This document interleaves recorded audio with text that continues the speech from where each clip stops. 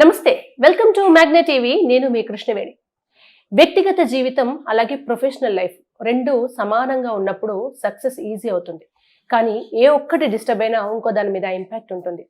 అలా ఆయన రాజకీయ జీవితం పైన వ్యక్తిగత జీవితంలో రేగిన దుమారం ఎంత ఇంపాక్ట్ చూపిందో తెలుసుకోవడానికి నేరుగా ఈ రోజు మనతో పాటే ఎమ్మెల్సీ దువ్వాడ శ్రీనివాస్ గారు ఉన్నారు. ఆలస్యం చేయకుండా ఎంతో మాట్లాడు. నమస్తే అన్న. నమస్కారం. మీ జీవితంలో పెను మార్పు అది మంచిదా చెడుదా అనేది కాలం నిర్ణయిస్తుంది, కానీ ఆ మార్పుకు మెయిన్ రీజన్ అయినటువంటి మాధురి గారిని ఇన్వైట్ చేద్దాం మీతో పాటు. సెన్సేషనల్ అండ్ స్పెషల్ పర్సన్స్ మీ ఇద్దరు కూడా ఇప్పుడు. సో లెట్స్ వెల్కమ్ మనం మాధురి గారు, ప్లీజ్. మాధురి గారు నమస్కారం. నమస్తే అండి. అన్న, వాణి గారితో మీ అనుబంధం 2 దశాబ్దాల పైన, కానీ వాణి దువ్వాడ శ్రీనివాస్, మాధురి శ్రీనివాస్ అనేది ఎక్కువ జనాలకు చుచ్చుకుపోయింది మీ 2 పేర్లు. నెగటివ్ పబ్లిసిటీకి విపరీతమైన అట్రాక్షన్ ఉంటుంది అనేది మరొకసారి ప్రూవ్ అయింది. మీ గురించి ఇంట్రెస్ట్ వెతకాలి, ఏం జరుగుతోంది అనే ఏదో క్యూరియస్, కానీ మీరు టోటల్గా అయితే దువ్వాడ శ్రీనివాస్ గానీ అప్రయత్నంగా మాధురి అని వచ్చేస్తుంది. ఇంత తక్కువ టైంలో మిమ్మల్ని ఇంత ఆక్రమించుకుంది కదా, ఏమనిపిస్తుంది? ఏదైనా అండి జీవితంలో ప్రేమాభిమానాలు అనేది ముఖ్యం. ప్రేమతో ఈ ప్రపంచాన్ని జయించవచ్చు. అది తల్లి, తండ్రి, తమ్ముడు, అన్న, చెల్లి, అక్క మధ్యలో ఉండవలసింది స్వచ్ఛమైనటువంటి ప్రేమ. అది నాకు కొరవడింది.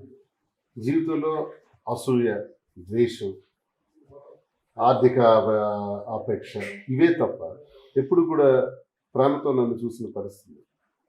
మాధురి ఎంట్రీ తర్వాత నా జీవితంలో అవన్నీ చూసాను. ఈరోజు ఐ ఫెల్ట్ వెరీ హ్యాపీ. జీవితం అంటే ఇది మేము కోరుకున్నది కాదు, అసంకల్పితంగా వచ్చింది. మేము అనుకున్నది కాదు. తను రాజకీయాలు చేయాలని రాజకీయాల్లో రావటం జరిగింది. కష్టపడి చేస్తుంది, పార్టీకి మంచి కృషి చేస్తుంది. దానివల్ల నాకు కొంత ఓట్ బ్యాంక్ పికప్ అవుతుంది. ఇలా అనుకున్న పరిస్థితుల్లో వాణి దీన్ని అడ్వాంటేజ్గా తీసుకొని ఇంకో రకంగా మంచిది. అదే మీకు ఇంత నేను చెప్పాను, నా 28 years మ్యారేజల్ లైఫ్లో లేనటువంటిది ఇప్పుడు ఎందుకు రావాలి, ఇప్పుడు అవసరం ఏంటంటే ఒకవేళ వస్తే దానికి ముగింపు ఎలా చేయాలో 4 walls మధ్య డిస్కస్ చేసుకోవాలి, పెద్దల మధ్య కూర్చోవాలి. పిల్లలు పెరిగిన తర్వాత ఇప్పుడు ఇలాంటి చర్చలు ఏంటి? చాలా మంది అనుకుంటారు ఇప్పుడు శ్రీనివాస్ ఏదో స్వార్థంతో చేశాడు, ఆమె ఏదో స్వార్థంతో చేసిందో, ఏదో ఆలోచనతో చేశారనుకుంటారు. ఇది ఫ్యాక్ట్ కాదు. 55 సంవత్సరాలు ఆమెకు జస్ట్ 34. నేను అదే అడగబోతున్నాను. మాధురి గారు ఎప్పుడైనా ఈ ప్రయాణంలో ఈ 2 years లో గిల్ట్ ఫీల్ అయ్యారా? అరే చేయకపోను ఉంటేనే ఇలా అని. నేను ఎప్పుడు ఫీల్ అవ్వలేదు. ఏజ్ గ్యాప్ ఇదేది కూడా అసలు ఏ విషయంలో కూడా నేను గిల్ట్ ఫీల్ అవ్వలేదు. శ్రీనివాస్ గారు నా లైఫ్లోకి రావడం నేను ఒక గిఫ్ట్గా, గాడ్ గిఫ్ట్గా భావిస్తున్నాను తప్పితే నేను ఎప్పుడు కూడా గిల్ట్ అనేది అసలు ఆ వర్డ్కి ప్లేస్ కూడా లేదు. ఇది పరిస్థితులు కలిపిన బంధం ఒక రకంగా. అంటే ఫస్ట్ మీ ఇద్దరికి అది లేకున్నా కూడా పదే పదే జనాలు ఇప్పుడు అది సుకృతంలాగా మీరు భావిస్తున్నారు. బట్ వాణి గారు వేసిన నిందలో మీ ఫ్యామిలీ డిస్టర్బ్ అవ్వడము ఏదైతే ఏంటి ఇంకొకరికొకరు తోడు ఉండాలనుకున్నారు. కానీ అప్రయత్నంగా కలిపిన ఈ బంధంలో లవ్ ఎట్ ఫస్ట్ సైట్ అంత ప్రేమ ఎలా సాధ్యం అవుతుంది? చెప్పారు కదా గత జన్మ బంధం అని, మేబీ అది మిగిలి ఉందేమో. మా ఇద్దరికైతే అలానే అనిపిస్తాం. ప్రేమ అంటే చాలా ప్రేమ ఉందా మీకు? చాలా ప్రేమ త్యాగాన్ని కోరుకుంటుంది కదా. నేను రావడం దువ్వాడ శ్రీనివాస్ గారి రాజకీయ భవిష్యత్తుకి ఏమైనా ఇబ్బంది ఏమో, నేను త్యాగం చేస్తాను, నేను వెనకాలే ఉంటాను, మీరు బాగుండండి అని మీరు ఎంటర్ అవ్వకుండా ఉండాలని ఎప్పుడు అనుకోలేదా? అతను అది అనుకుంటే ఖచ్చితంగా నేను అలా అనుకుంటాను. అంటే నువ్వు రాకుండా ఉంటే నా లైఫ్ బాగుంటుంది. ఆయన అనుకోరు, ఆయనది ప్రేమే. మరి త్యాగం అంటే అతను కోరుకుంటే కదా నేను త్యాగం చేయాలి. అతను అనుకోవాలి నువ్వు నా లైఫ్ లోంచి వెళ్ళు, అప్పుడు నా పొలిటికల్ లైఫ్ బాగుంటుంది అంటే అప్పుడు నేను త్యాగం చేస్తాను. సో నువ్వు ఉంటే నాకు బాగుంటుంది అన్నప్పుడు త్యాగం అనే పదానికి అర్థం లేదు కదా. జనాలు యాక్సెప్ట్ చేస్తారు అనుకుంటే మీరు ఓకే, ఆ సిచ్యువేషన్ ఉంది, మీరు కలుస్తున్నారు, బాగున్నారు, ఆయన ఎట్లాగూ రాజకీయాల్లో ఉండాల్సిందే. ఇప్పుడు ఈ డిస్టర్బెన్సెస్ ఏదున్నా అదే యుద్ధరంగం, అదే గెలిచినా ఓడినా బ్రతికినా చచ్చినా రాజకీయాల్లోనే. ఇంకొక 3 సంవత్సరాలకు 4 సంవత్సరాలు మళ్ళీ జనాల్లోకి వెళ్తారు. నా ఇంపాక్ట్ ఆయనకు మైనస్ అవుతుందేమో అని ప్రేమ ఎక్కువ ఉన్నప్పుడే కన్సర్న్ ఉంటది కదా. మీరు ఒంటరిగా ఉన్నప్పుడు అలా నా ఇంపాక్ట్ అతనికి ప్లస్ అయింది కాబట్టి ఇంకా నాకు అనిపించలేదు. నా ఇంపాక్ట్ అతని లైఫ్ లో ప్లస్ అయిందని అనిపించింది కాబట్టి ఆ వర్డ్ కి అర్థం ఇంకా లేదన్న. అంటే దానికి మీరు అనుకున్న సిచ్యువేషన్స్ ఏంటి? అలా ఇంపాక్ట్ నేను అనుకున్న సిచ్యువేషన్స్ ఏంటంటే, మా నియోజకవర్గంలో కార్యకర్తలు, ప్రజలు మా ఇంటికి వచ్చినప్పుడు, అమ్మ మేము వాణి గారు ఉండేటప్పుడు చాలా ఇబ్బందులు పడ్డాం, మమ్మల్ని ఆదరించి దిక్కు కూడా లేదు, నువ్వు వచ్చాక మాకు ఆనందంగా ఉంది. సార్ ఎంత ఆనందంగా ఉన్నారో మాకైతే తెలియదు, కానీ మేమైతే నీ రాకతో చాలా ఆనందంగా ఉన్నాం, మమ్మల్ని బాగా ఆదరిస్తున్నాం, సార్ కళలో కూడా నిజమైన ఆనందాన్ని మేము చూస్తున్నాం, ఇది ఇంతకు ముందే జరుగుంటే మీ అందరం చాలా బాగుండే వాళ్ళం అని చెప్పి వాళ్ళు ఫీల్ అవుతున్నప్పుడు సో నాకు నెగిటివ్ ఎందుకు అనిపిస్తుంది నేను రావడం, వాళ్ళు ఎవరైనా వచ్చి నువ్వు రావడం వల్ల మాకు కష్టాలు ఉన్నాయమ్మా అని ప్రజలు అన్నప్పుడు నాకు అనిపించాలి ఓ నేను రావడం వల్ల అతనికి మైనస్ ఏమో అని.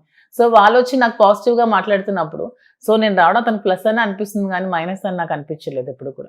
You're more strong. ఆ విషయం మీ ఇంటర్వ్యూస్ చూస్తే అర్థమవుతుంది. మీ దాకా రాని ట్రోలింగ్ ఏది లేదని నేను అనుకుంటున్నా. ఇది కూడా మీకు వచ్చి ఉంటుంది.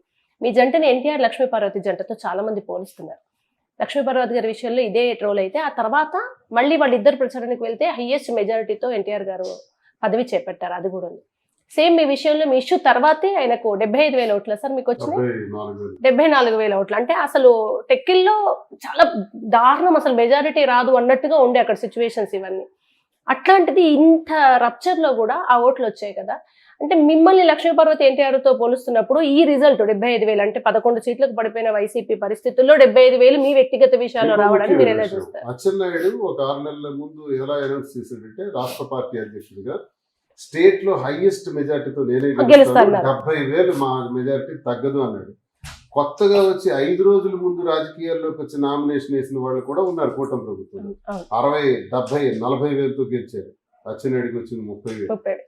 ఇన్ని గొడవలు, ఇన్ని సంఘర్షణల మధ్య ఒక రాష్ట్ర పార్టీ అధ్యక్షుడికి నా మీద వచ్చింది అంటే 25,000తో వైసీపీలో ఎవరైతే ఓడిపోయారో వాళ్ళందరూ గెలిచినట్టే. మీకు విషయం చెప్పనా, ఈ సిచ్యువేషన్ లో నేను తెర వెనక ఉండి రాజకీయాలు చేశాను, డైరెక్ట్ పాలిటిక్స్ చేయలేదు. నేను ఒక 1 year బయటకు కూడా కనిపించుకున్నా, బ్యాక్గ్రౌండ్ లోనే అంతా సపోర్ట్ చేసి చేశాను. అలా చేసినప్పుడు 72,000 వచ్చాయి. అదే నేను తెర దాటి ముందుకు వచ్చి ఉంటే ఖచ్చితంగా శ్రీనివాస్ గారు గెలిచేవారు. ఇప్పుడు ఈ కంపారిజన్ ని మీరు ఎట్లా పోల్చుకుంటారు? అవును, లక్ష్మీపార్వతి గారు, ఎన్టీఆర్ గారు, దువ్వాడ శ్రీనివాస్. నేను ఎవరితో కంపేర్ చేసుకోవట్లేదు.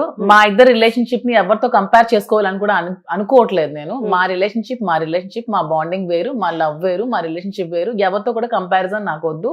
నేను ఎవరితో కూడా కంపేర్ చేసుకోవడానికి కూడా ఇష్టపడట్లేదు. తర్వాత ఒక ట్రోల్, చాలా నవ్వొచ్చిన ట్రోల్ ఒకటి ఉంది. దువ్వాడ శ్రీన్ అంటే ఫైర్ అనుకుంటే మాధురి జల్లో ఫ్లవర్ అని అంటున్నారు. లిటరల్ గా మీరు ఎంజాయ్ చేస్తున్నారు ట్రోల్స్, మీరేం మనసుకు తీసుకోవట్లేదు. చాలా స్పోర్టివ్ ఉన్నారు. దీనికి ఏమంటారు? ఏ భర్త అయినా భార్య జడలో ఫ్లవర్ అయితే తప్పే ఉంది. భార్య జడలోనే ఫ్లవర్ అయ్యాడు కదా, పక్కోడు జడలో కాదు కదా. భార్య భర్తలు అండర్స్టాండింగ్ తో ఉంటే ఏ తప్పు లేదు. అప్పుడే ఇంకా భర్తకి ధైర్యం, భార్యకి సపోర్ట్ అన్ని ఉంటాయి. సో వాళ్ళిద్దరు ఎవరు ఎక్కువ తక్కువ అనుకోకూడదు. ఇద్దరు సపోర్ట్ అనుకుంటేనే లైఫ్ బాగుంటుంది. ఫ్లవర్ ఫైర్ నేను ఒక్కడే కాదు, మాధురి కూడా ఫైర్, డబుల్ ఫైర్. ఇప్పుడు మీరు తను ఫైర్ బ్రాండ్ అని అర్థమవుతుంది. ఎందుకంటే అన్ని విషయాలు కాసేపు పక్కన పెడదాం మేడం. ఒక స్త్రీ పిల్లలతో ఉన్నారు, మీకన్నా ఎక్కువ ఆడవాళ్ళకు ఉంటుంది సార్ సమాజం నుంచి థ్రెట్. అందులో పుట్టిల్లు వెలివేస్తుంది. ఇట్లాంటి సందర్భాల్లో పుట్టిల్లు అయిన వాళ్ళు అందరు పిల్లలు కూడా అర్థం చేసుకుంటారో చేసుకోరు. ఇటువంటి సిచ్యువేషన్ లో ఆ డెసిషన్ తీసుకోవడం అనేది ప్రపంచానికి ఊహకందనంత గట్స్ ఉంటే సాధ్యమవుతుంది, లేకుంటే అవ్వదు. సూసైడ్ చేసుకుంటారు, ఆపారు మీరు, కానీ మళ్ళీ ఏదో ఒక టైంలో మళ్ళీ అదే రిపీట్ అయ్యేది. ఆ గట్స్ ఫస్ట్ నుంచి ఉన్నాయా మీకు? ఎలా సాధ్యమైంది? అలా ఏం లేదు, పరిస్థితులే మనల్ని స్ట్రాంగ్ గా చేస్తాయి. పుట్టినప్పుడు అందరూ ఒకేలా పుడతాం, పరిస్థితులు అనుకూలంగా పెరిగి అలా ఒక్కొక్కరు అవుతూ ఉంటాం. సో అలాగే నేను స్ట్రాంగ్ అయ్యాను, పరిస్థితుల వల్ల స్ట్రాంగ్ అయ్యాను. ఇప్పుడు ఇంకా స్ట్రాంగ్ గా ఉన్నాను. ఇప్పుడు ఒక మాట చెప్తాం, ఇప్పుడు చాలా మంది ట్రాలర్స్ నేను చెప్పాల్సింది ఇది అసంకల్పితంగా జరిగిందని మీకు చెప్తున్నాను. రాజకీయాల్లో మా కుటుంబమే తీసుకొచ్చాం, ఆహ్వానించాం, ఆమె వచ్చారు. ఆమెకి నాకు రిలేషన్ పెట్టి వాణి 4 గోడల మధ్య అడుగుంటే బాగుండేది సమస్య లేదు. శ్రీనివాసే నాకు కావాలి, నా భర్తే నాకు కావాలని తను అనుకున్నా బాగుండేది. నా ఇంట్లో నేను ఉండేవాడు, తన ఇంట్లో తను ఉండేది. ఈ పరిస్థితి జరిగి ఉండేది.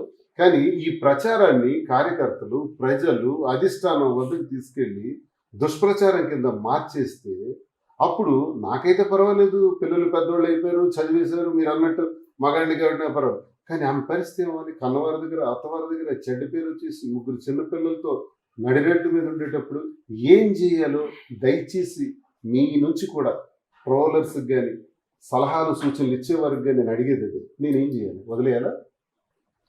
నాకెందుకని విడిచిపెట్టారు మేము? నేను అలా చేయలే.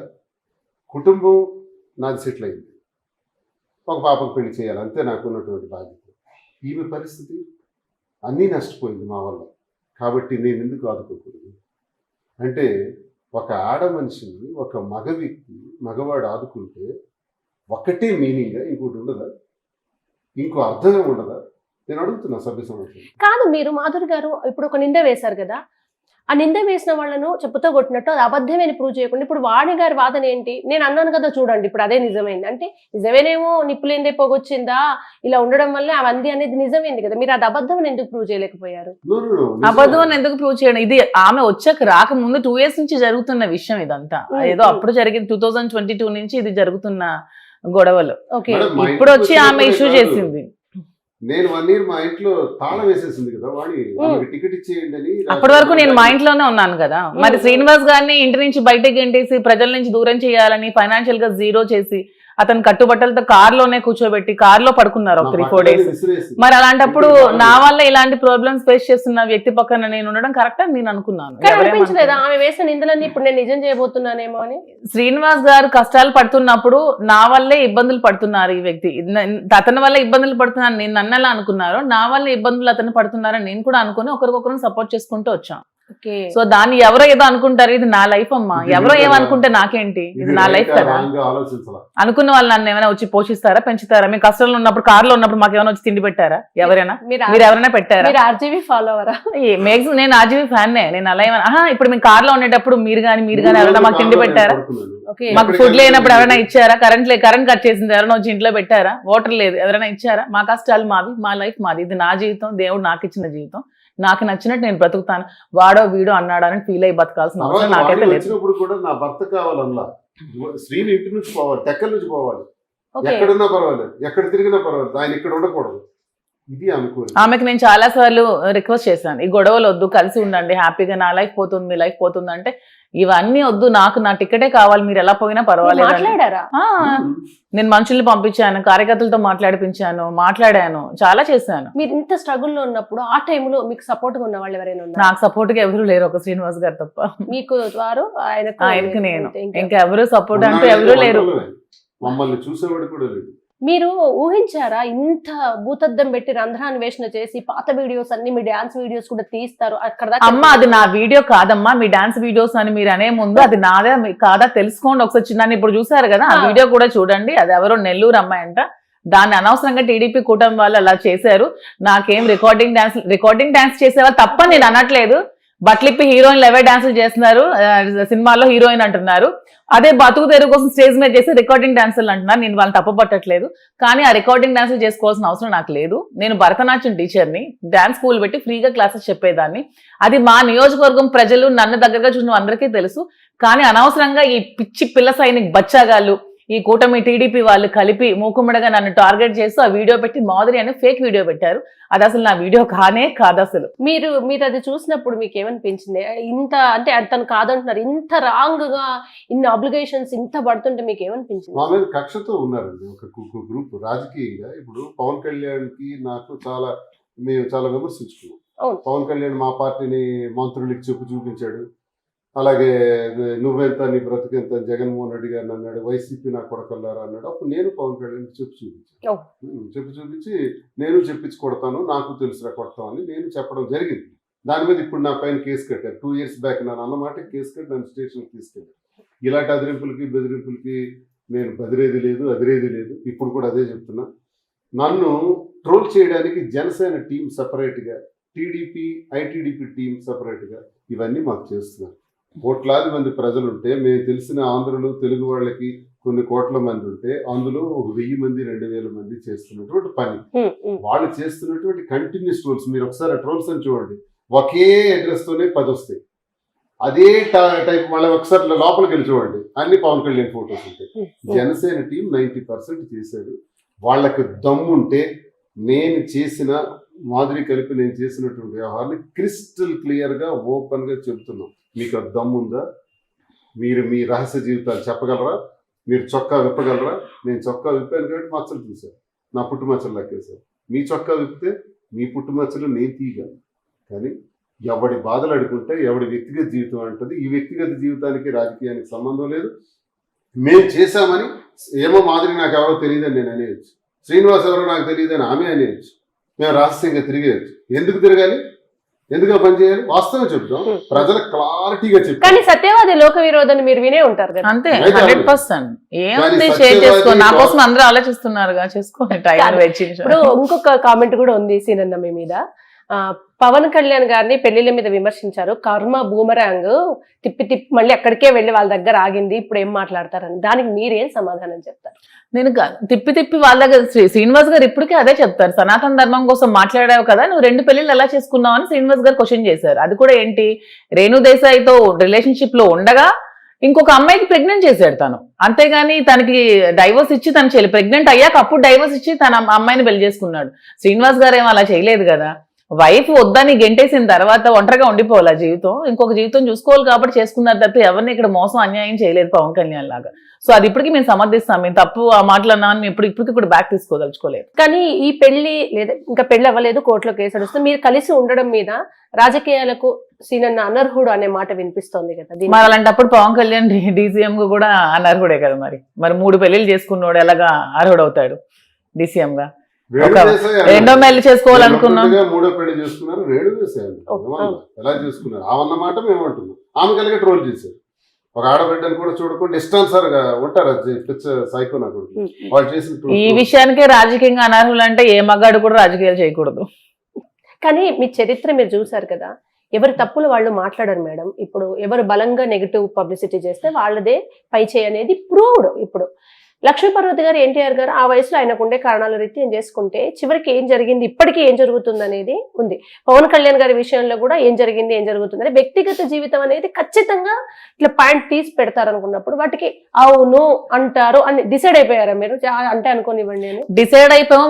మేమేంటో మేము ప్రూవ్ చేసుకుందామని డిసైడ్ అయ్యాము. ఇంకా ఇప్పుడు టైం బీయింగ్ అంత టైమే చెప్తుంది. ఇంకా మా రిలేషన్షిప్ ఎలా ఉంటుంది, మేము ఏం చేయదలుచుకున్నాం అనేది కాలం చూపిస్తుంది.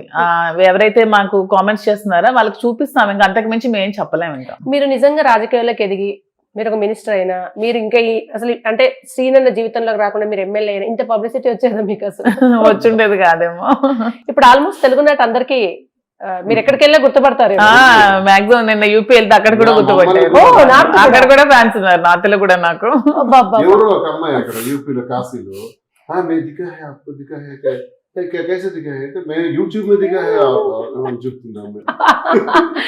Negative publicity impact. మీరు ట్రోల్స్ కి ఇబ్బంది పడి సూసైడ్ చేసుకున్న వాళ్ళని కూడా చూసాం మనం రాజకీయాల్లో, బయట సినిమాల్లో. ఇదంతా ఇంత స్ట్రాంగ్ అసలు థర్డ్ పర్సన్ అయినా మేము చూస్తేనే వామ్మో వీళ్ళు ఎట్లా తట్టుకుంటున్నారా అన్న పరిస్థితిలో ఎట్లా డీల్ చేస్తున్నారు అంత స్ట్రాంగ్ గా? ఎందుకు కామెంట్స్ ఎందుకు పట్టించుకోవాలి? మన వెనక మాట్లాడే మాటలు మనకి ఎందుకు పట్టించుకోవాలి? వాళ్ళు మన ముందుకు వచ్చి మాట్లాడి ధైర్యం లేనప్పుడు వెనకేదో మాట్లాడి ఎవరు ఏ అమ్మాయి కూడా పట్టించుకోకూడదని నేను చెప్తాను. అమ్మాయి కూడా అందరూ స్ట్రాంగ్ గా ఉండాలి. మనం ముందే డిసైడ్ అవ్వాలి. మనం ఒక ఫీల్డ్ లోకి బయటకు వచ్చాము అంటే మన మీద చాలా కామెంట్స్ చేస్తూ ఉంటారు, ఏవో రకాలు మాట్లాడుతూ ఉంటారు. అవన్నీ తట్టుకోగలిగితే ఇంటి నుంచి బయటకు రావాలి, లేదంటే ఇంట్లో నోరు మూసుకొని కూర్చోవాలి. సో ఇంకా వచ్చాక వాళ్ళంటున్నారు వీళ్ళంటున్నారు నేను బతకలేను అంటే మరి రావడం కూడా వేస్ట్. ఎందుకంటే సొసైటీలో ఏ ఫీల్డ్ లో ఉన్న అమ్మాయిలు కూడా ఈ కామెంట్స్ తప్పనిసరి. అది మీరైనా నేనైనా ఎవరైనా సరే ఇంటి నుంచి బయటకు వచ్చామంటే ఖచ్చితంగా కామెంట్స్ ఉంటాయి. ఇంట్లో కుందేలాగా ఉన్న వాళ్ళకి, వంటగదిలో ఉన్న వాళ్ళకి వాళ్ళు కూడా కామెంట్స్ ఉంటున్నాయి ఖచ్చితంగా. పక్కోలో పొరుగులో ఎదురోలో ఏవో ఒకటి అంటూనే ఉంటారు. మహిళ అంటే ఏదో ఒక సందర్భంలో ఏదో కామెంట్స్ ఫేస్ చేస్తూనే ఉంటుంది. సో అవన్నీ పట్టించుకుంటే లైఫ్ లో ముందుకు వెళ్ళాం. చదువుతారా కింద కామెంట్స్? అస్సలు నేను చదవను.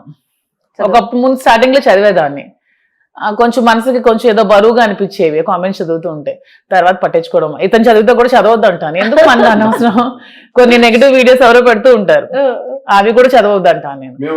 మన మనసుకు నచ్చని చదవడం వేస్ట్. జనానికి ప్రజలే దేవుళ్ళు అని నేను నమ్ముతాను. కాబట్టి ప్రజలకి ఎందుకు జరిగిందో ఎలా జరిగిందో మా టెక్కల వరకు అయితే తెలుసు, మా జిల్లా వరకు తెలుసు. కానీ ఇంతమందికి ఇప్పుడు మేము తెలిసాం కాబట్టి అందరికీ చెప్పాలి. కాబట్టి మేము తీసుకునే నిర్ణయాన్ని స్పష్టంగా ప్రజలకు తెలియజేస్తాం. ప్రజలే దేవుళ్ళని నమ్మి వాస్తవాన్ని చెప్తాం. ప్రజలు నమ్మి మాకు అధోపాతాళానికి తొక్కగలరు, ఆ అత్యున్నత శిఖరానికి ఎత్తగలరు. రాముణ్ణి చూసింది ప్రజలే, రావణ్ణి చూసింది ప్రజలే, రావణ్ణి కీర్తించింది ప్రజలే, రాముణ్ణి కీర్తించింది ప్రజలే. ప్రజలు తలుచుకుంటే ఏదైనా జరుగుతుంది. ఆ విశ్వాసం మాకుంది. కాబట్టి ప్రజలకు వాస్తవాలు చెప్తాం. వాస్తవాల ద్వారా మాకు అర్థమైంది ఏంటంటే, ఈమెకి ఒక 1600 యూట్యూబర్ ఫాలోవర్స్ ఉంటే గొడవ అవక ముందు రోజు 1600 ఉంటే ఈరోజు 1,00,000 దాకా. అవునా? 2 ఇన్స్టా వ్యూవర్షిప్ 1,45,00,000 దాకా. మానిటైజేషన్ కూడా అయింది. ఎందుకు ఇదంటే మేము ఒకవేళ తప్పు చేస్తుంటే ఎవడో 1000-2000 మంది గురించి ఆలోచించడం ఏంటి? మేము కారులో వెళ్తుంటే ఓవర్టేక్ చేసుకుంటూ, యాక్సిడెంట్ అవుతుందని కూడా చూసుకోకుండా ఓవర్టేక్ చేసుకుంటూ ఒక జంట ఆపారు. ఆపిన తర్వాత ఆపాము. వెంటనే ఏం కావాలంటే ఒక ఫోటో కావాలన్నారు. ఏమో మీరేం చేస్తున్నారంటే డాక్టర్, ఆయన ఒక పొలిటీషియన్, వాళ్ళకి ఏంటి మాత్రం ఫోటో అవసరం, ఏమర్థం చేసుకున్నారు అంటే మీ ధైర్యం నచ్చిందండి, ఈమెకు అంటున్నారు మీ ధైర్యం మాకు నచ్చింది. అసలు సరే మా కారు మీకు మేమని మీకు ఎలా తెలిసిందంటే మీ కారు మాకు తెలుసు 2222 మా కారు నెంబర్ మాకే తెలియదు వాళ్ళకి. ఇది ఏంటి అర్థాన్ని ఇస్తుంది? ఇలాంటివి రోజుకి ఇన్ని చూస్తూ ఉంటాం. గడప దాటి బయటకు వెళ్తే ప్రతి ఒక్కరు యుఎస్ నుండి ఒక ఆవిడ వచ్చింది నన్ను కలవడానికి, కేవలం నన్ను కలవడానికి 4 hours వెయిట్ చేసి నన్ను కలిసి నన్ను హక్ చేసుకుంటే చాలంట ఆమెకి. ఆ టైంలో మీకు ఎగ్జాక్ట్లీ ఏమనిపించింది? చాలా చాలా హ్యాపీగా అనిపించింది. చెప్తున్నాను కదా, అలాంటిప్పుడు ఈ 1000 మంది కామెంట్స్ చేస్తే ఏముంది చెప్పు, అక్కలే చాలు కదా. మీరు ట్రోలర్స్ కి థ్యాంక్స్ చెప్పాలండి. చెప్పాలి, వాళ్ళ వల్లే మీకు అసలు బాగా కదా నన్ను సెలబ్రిటీ చేసి. హైదరాబాద్ లో నిన్ననే ఒక పెద్ద పోలీస్ ఆఫీసర్, నేను ఒక పెద్ద స్థాయి, నేను ఒక దగ్గరికి వెళ్తున్నాను ఫ్రెండ్ దగ్గరికి, నేను అక్కడికి వెళ్తున్నాను, ఆయన ఇక్కడికి వచ్చాను, వచ్చి మిమ్మల్ని చూడటానికి వచ్చాను సార్, మిమ్మల్ని టచ్ చేస్తే చాలు అని వచ్చి నా చెయ్యి తీసుకుని గుండె మీద పెట్టుకుని పెద్దగా ఊపిరి తీసుకున్నాడు. ఒక పెద్ద పోలీస్ ఆఫీసర్. ఏంటి ఆయనకి నాకు సంబంధం అంటే ఆయన ఎవరో నాకు తెలియదు. అంటే అది ఆ ప్రేమాభిమానాలు మేము పొందగలిగాం. మంచి చేసామా చెడు చేసామా, ఇది రైటా రాంగా అంటే మేము చేసింది జనానికి చెప్పాం, జనం అర్థం చేసుకున్నారు, మాకు అత్యున్నత స్థాయికి తీసుకెళ్తున్నారు. ఇప్పుడు మేము ఏం డెసిషన్ చేసామంటే ఎక్కడైతే కోల్పోయామో, ఎక్కడైతే అబాస్ పాలయ్యామో అక్కడే లేవాలి, అక్కడే లేవాలి, అక్కడే గెలవాలి. అందుకే డెసిషన్ అంతా చేసుకుని ఇప్పుడిప్పుడే హైదరాబాద్ కూడా మేము వారానికి 3 రోజులు ఇక్కడ ఉంటాం. సినిమా తీసే ప్రయత్నంలో నేను ఇక్కడికి ఎక్కువ రావడం. బిజినెస్ స్టార్ట్ చేస్తున్నాను, శారీ షాప్ పెడుతున్నాను స్టోర్ మియాపూర్ మదీనాగూడ దగ్గర. బిజినెస్ లో సినిమా ప్లాన్ ఏదో ఉందని విన్నా. లేదు ఇప్పుడు లేదు, షాప్ అయ్యాక అడిగారు మా స్టోరీ అంతా తీస్తామని. వాళ్ళకి స్టోరీ అంతా చెప్పాం, ఇంకా వాళ్ళ ఇష్టం. మేడం ఇప్పుడు ఏదైనా అలా ఎంత పైకి లేసినా మళ్ళీ పడాల్సిందే. ఈ నెగిటివ్ ట్రోలింగ్ అంతా కూడా హీట్ మీద కొన్ని రోజులు నడుస్తూ ఉంటది. అలా ఎంత ఎత్తుకు లేస్తే అంత పడిపోవాల్సిందే. ఇదంతా ఒక ఫేజ్. ఇప్పుడు తర్వాత కామన్ అయిపోతుంది. మీకు స్టార్టింగ్ లో మీ మీద ఉన్న నెగిటివిటీ అంతా పోతుంది కదా, తర్వాత అందరికి బాగానే ఉంటుంది మీ పట్ల ప్రేమ అభిమానం. నెగిటివిటీ అంటే ఎవరు ఏ విషయంలో మీరు ఏది చేసినా పొగిడే వాళ్ళు ఉంటారు, దాన్ని విమర్శించే వాళ్ళు ఉంటారు. సో పొగడ్తల్ని ఎక్కువ తీసుకోకూడదు, విమర్శల్ని కూడా మనసుకు తీసుకోకూడదు. రెండింటిని బ్యాలెన్స్ చేసుకుంటే లైఫ్ హ్యాపీగా. కానీ ఈ ఫేజ్ ఇప్పుడు మిమ్మల్ని వచ్చి హక్ చేసుకుంటున్నారు, మిమ్మల్ని అప్రిషియేట్ చేస్తున్నారు. ఈ ఫేజ్ వెనకాల ఒక చీకటి రోజులు ఉండుంటాయి. మీ ఇద్దరే కారులో ఉన్నాం రోజు. మీకు మీరే ధైర్యం, మీకు మీరే ఓదార్పు. చాలా మంది ఇలా జంటలు కలిసి సూసైడ్ చేసుకున్న వాళ్ళు కూడా ఉన్నారు. ఇంకా వద్దు మన ఇద్దరం కలిసి చనిపోదాం. ఎట్లా ధైర్యం చెప్పుకున్నారు? ఎంత ఏడ్చేవారు? ఆ రోజుల్ని మాకు ఎట్లా చెప్తారు? మేము చనిపోతే శ్రీనివాస్ గారు నమ్ముకునే ప్రజలు ఏమైపోతారు? అతనికి అన్నిటికంటే కూడా ప్రజలంటే చాలా ఇష్టం. అసలు యాక్చువల్గా ప్రజా జీవితం అంటేనే తనకి ఇష్టం ఎప్పటి నుంచి కూడా. సో అతనికి ఇలా ప్రజలే ఇంపార్టెంట్ అన్నప్పుడు మాకు మేము ధైర్యం చెప్పుకుంటూ ప్రజల కోసం లైఫ్ లీడ్ చేయాలనే ఆలోచన తీసుకొని ఇద్దరం కూడా ముందుకు సాగించాలి. అందరు కింద సరెండర్ చేసేటప్పుడు వాణిలో మంచినీళ్ళు కూడా లేవు, పవర్ కట్ చేసింది, పవర్ కూడా లేదు, పవర్ కట్ చేసేసినారు. ఉంటే పైన మేడ మీద ఉన్నానే తప్ప మంచినీళ్ళు లేక, భోజనాలు లేక, ఒక్క ఇడ్లీ 2 ఇడ్లీలతో కూడా గడిపిన రోజులు ఉన్నాయి ఈ గొడవలు. అప్పుడు ఎక్కువ ధైర్యం ఎవరు చెప్పేవారు? మీరా? ఇంకెవరు లేదు. ఎవరు ఎక్కువ ఇందులో ఏం కాదు అని ఎక్కువగా నైనా చెప్పేవాడు, తను నాకు. మీరు ఎక్కువనా తను ఎక్కువనా చెప్పేది? ఎక్కువగా ధైర్యం.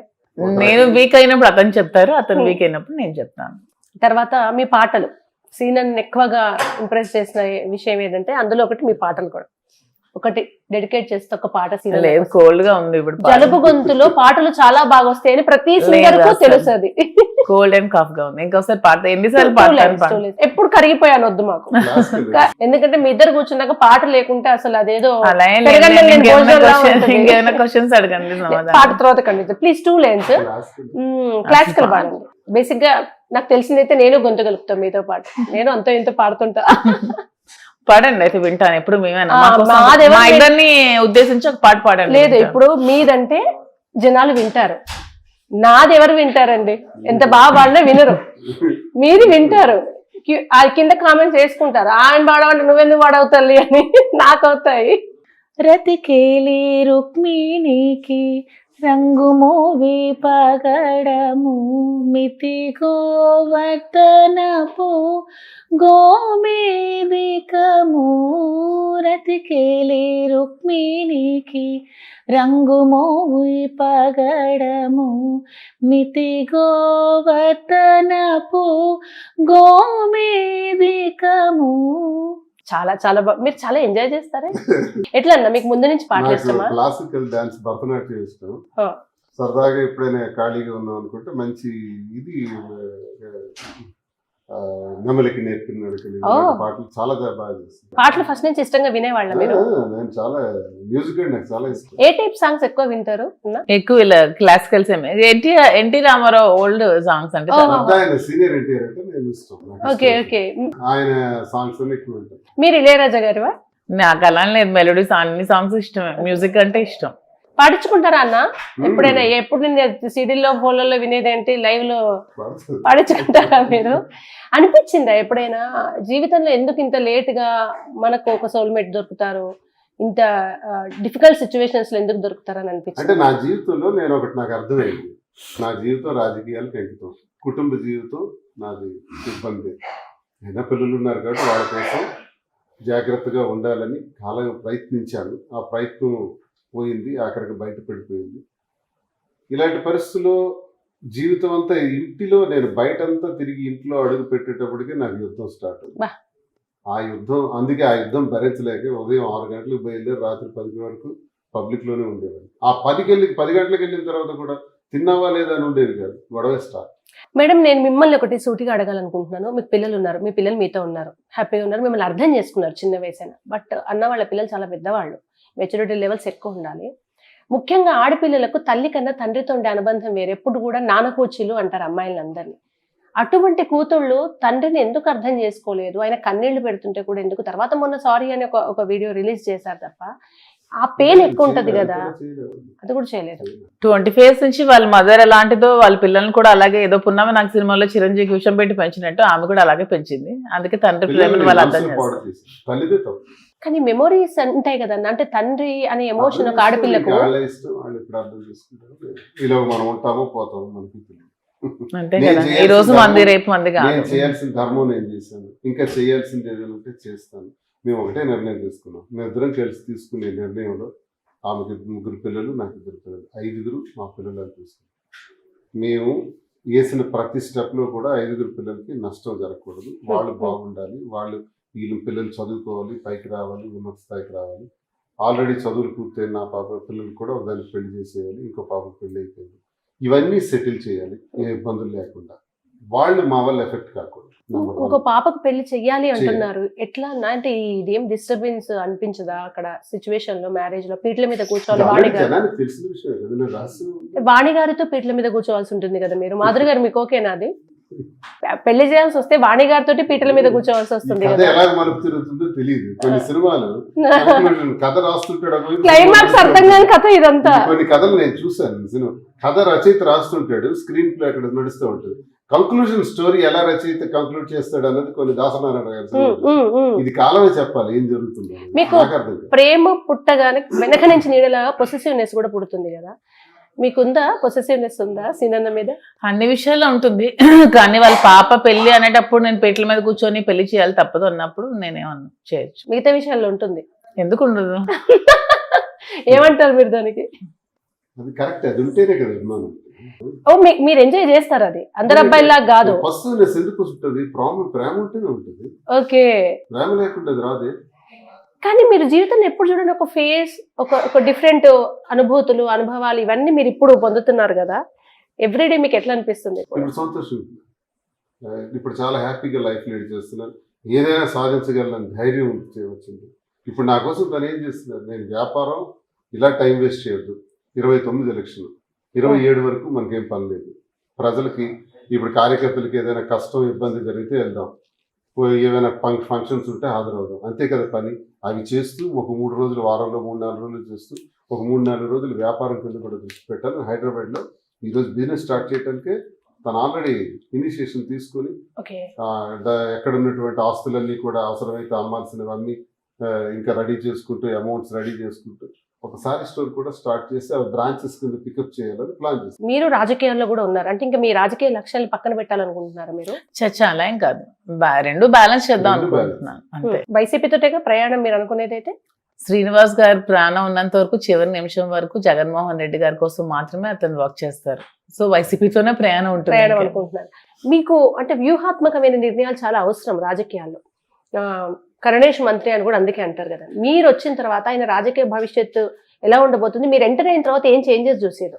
అది నేను చెప్పాలి కదా, నేను చెప్పకూడదు కదా, అది మీ శ్రీనివాస్ గారు చెప్పండి శ్రీనివాస్ అన్న, గారు ఎట్లా చెప్తారు. మీరు ఆయన ప్రేమలో బాగా చేశారు, నేను చాలా బాగున్నాను అలా అని కాదు, నా వల్ల అతను ప్లస్ అవుతుందో మైనస్ అవుతుందో రాజకీయంగా ఏంటంటే, ఏంటనేది. ఇప్పుడు మనం ఇలా కూర్చున్నాం, మీరు వచ్చిన వెంటనే టీలు కాఫీలు, టైం అయితే లంచ్, ప్రేమగా ఆ కుటుంబంలో ఉన్న సభ్యులు మాట్లాడితే మీరు చాలా సంతృప్తిగా వెళ్తారు. వచ్చిన ప్రతి కార్యకర్తకు కూడా ఇంటికి వచ్చేటప్పుడు ఆప్యాయత అభిమానం మనం చూపించాలి. అది నాకు పొరబడింది 28 years.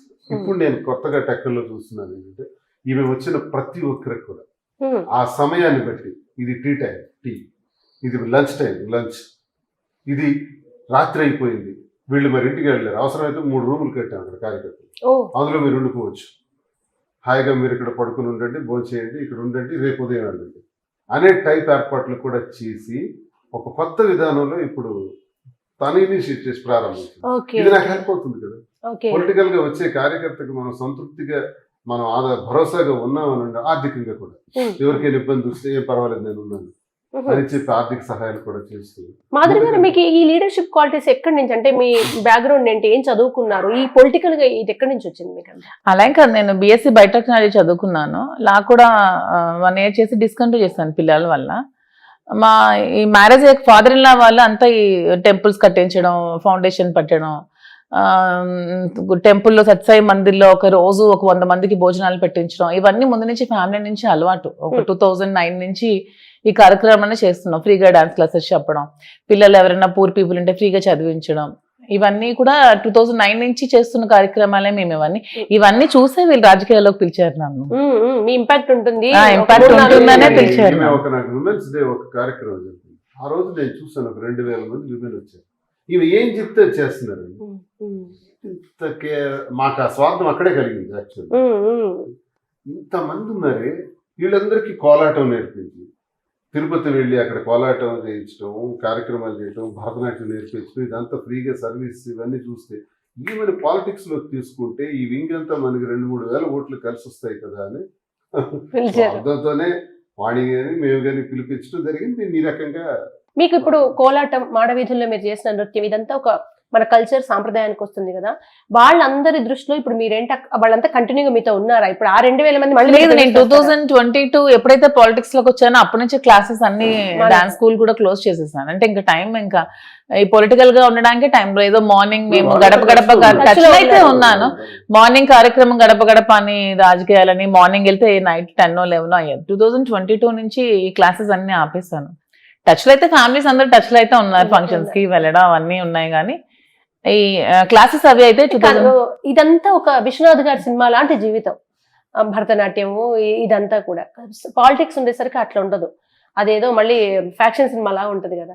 మనం హెక్టిక్ అవ్వాలి, రష్ అవ్వాలి, ఫిజికల్ గా బాగా స్ట్రెయిన్ అవుతుంది, అంత హాయిగా ఒక కళలో ఉన్నంత మానసిక అది ఆనందం ఉండదు. ఈ కంప్లీట్ దీనికి ఎలా అడాప్ట్ చేస్తున్నారు మిమ్మల్ని? అది ఉండదు, ఆ లైఫ్ వేరు, ఈ లైఫ్ వేరు. ఆ లైఫ్ చాలా హ్యాపీయెస్ట్ లైఫ్, ఈ లైఫ్ చాలా స్ట్రగుల్డ్, చాలా స్ట్రెస్, ఇవన్నీ చాలా ఇబ్బందికరమైన జీవితమే ఈ రాజకీయ జీవితం అనేది. ఎందుకంటే ఎప్పుడు ఏ రోజు ఎలా ఉంటుందో తెలియదు, ఎప్పుడు ఎలా గడుపుతామో తెలియదు. మార్నింగ్ లేస్తే నైట్ వరకు ఎలా జరుగుతుందో కూడా ఆ రోజు తెలియని డేస్ అన్ని రాజకీయాల్లో గడిపాను. ఇవన్నీ కొన్ని ఇబ్బందికరమైన డేసే. ఆ లైఫ్ తో కంపేర్ చేసుకుంటే ఇవి టఫెస్ట్. అక్కడ అన్ని సన్మానాలు, శాల్వాలు ఉంటాయి, ఎదిరింపులు కూడా ఎక్కువ ఉంటాయి, చాలా ఉంటాయి కదా, చాలా ఉంటాయి. మీ విషయాల్లో ముఖ్యంగా ఇన్స్టాగ్రామ్ లో మీరు ఇప్పుడు చాలా యాక్టివ్ గా ఉంటున్నారు కదా, చాలా మంది ఉన్నారు అలా ఇన్ఫ్లుయెన్సర్స్, అందరిని మనం చూస్తున్నాం, కోట్లలో ఫాలోవర్స్. కానీ మీ విషయానికి వచ్చేసరికి స్పెషల్ ఫోకస్ అవుతుంది కదా. తిరుమలలో మీరు నడిచిన వీడియో కూడా రిలీజ్ చేశారు, మీరు నడిచిన దాన్ని ఒక సీన్ చేయడం, మాట్లాడిన దాన్ని ఒక సెన్సేషన్ చేయడం, ఏమీ లేకుండా నేను రీల్స్ చేశానని నన్ను స్టేషన్ లో కంప్లైంట్ పెట్టించడం, ఇవన్నీ రాజకీయంగా జరుగుతున్న కుట్రలే అమ్మా. ఏ రోజైతే నేను పవన్ కళ్యాణ్ కోసం మాట్లాడి ఇలా ఫోకస్ అయ్యానో ఆ రోజు నుంచి నా మీద ఎక్కువగా ఫోకస్ పెట్టి ట్రోల్స్ చేయడం, కామెంట్స్ చేయడం, ఇలా కేసులు పెట్టించడం, ఇవన్నీ చేస్తున్నారు. ఇప్పుడు ఈ కేసులు ఎట్లా ఎదుర్కొంటున్నారు అంటే, ఇప్పుడు తిరుమల మాడవీధుల్లో రీల్ దగ్గర నుంచి మొదలు పెడితే మీ విషయంలో పెట్టిన కేసుల దాకా మీరు ఎట్లా ఎదుర్కొందాం అనుకుంటున్నారు? నేను ఉద్యమాల్లో ఉండేటప్పుడు నా మీద 18 కేసులు పెట్టారు, 7 మర్డర్ కేసులు పెట్టారు, 65 రోజులు జైలు కేసులు, ఇవన్నీ నాకు లెక్క కాదు. కేసులు, జైళ్ళు అన్నిటికీ సిద్ధమై ఇప్పుడు రూలింగ్ లో ఉన్నాం 5 సంవత్సరాలు. ఎమ్మెల్సీగా రూలింగ్ లో ఉన్నప్పుడు 2.5 years ఉన్నాను, ఇప్పుడు ఉన్నాను ఆపోజిషన్ లో కూడా ఉన్నాను. ఏమైనా తప్పు చేశాను, అవినీతి ఏమైనా చేసామా, లంచాలు తీసుకున్నామా, భూకబ్జాలు చేసామా, భూదందాలు చేసామా, ఏదైనా అధికార దుర్వినియోగం చేసామా, దమ్ముంటే తీయాలి. నా పైన గెలిచిన అచ్చెన్నాయుడు తీయాలి, తీసి నన్ను అరెస్ట్ చేయాలి, కేసులు కట్టాలి. ఉందా దమ్ము వాళ్ళకి? సవాల్ చేస్తున్నాను. నిజాయితీగా ఉన్నాం పాలిటిక్స్, ఎప్పుడు తప్పు చేయలేదు అనడానికి ఇది నిదర్శనం. తప్పు ఒకవేళ చేస్తుంటే వాళ్ళు తీయాలి ఈ ప్రభుత్వం. ఆ పరిస్థితి మేము ఎప్పుడు చేయలేదు, నిజాయితీగా చేసాం, ఇంకా చేస్తాం. కాబట్టి ఈ కేసులకు భయపడే ప్రసక్తే లేదు. ఏం కేసులు ఇవి? 2 సంవత్సరాల క్రితం నువ్వు పవన్ కళ్యాణ్కి ఎందుకు తిట్టావు? నన్ను పోలీస్ ఆఫీసర్ వచ్చి అడగటం. ఏం తిట్టినా చెప్పు చూపించాను, నిజమే ఒప్పుకుంటున్నాను. మరి పవన్ కళ్యాణ్కి ఇలా అడగవా? ఆ పవన్ కళ్యాణ్ కూడా జగన్మోహన్ రెడ్డి గారిని తిట్టాడు కదా, వైసీపీ నా కొడుకులు అన్నాడు కదా, ఆయన మీద కేసు కట్టవా? నా మీద కొడుతున్నావు అడిగాను.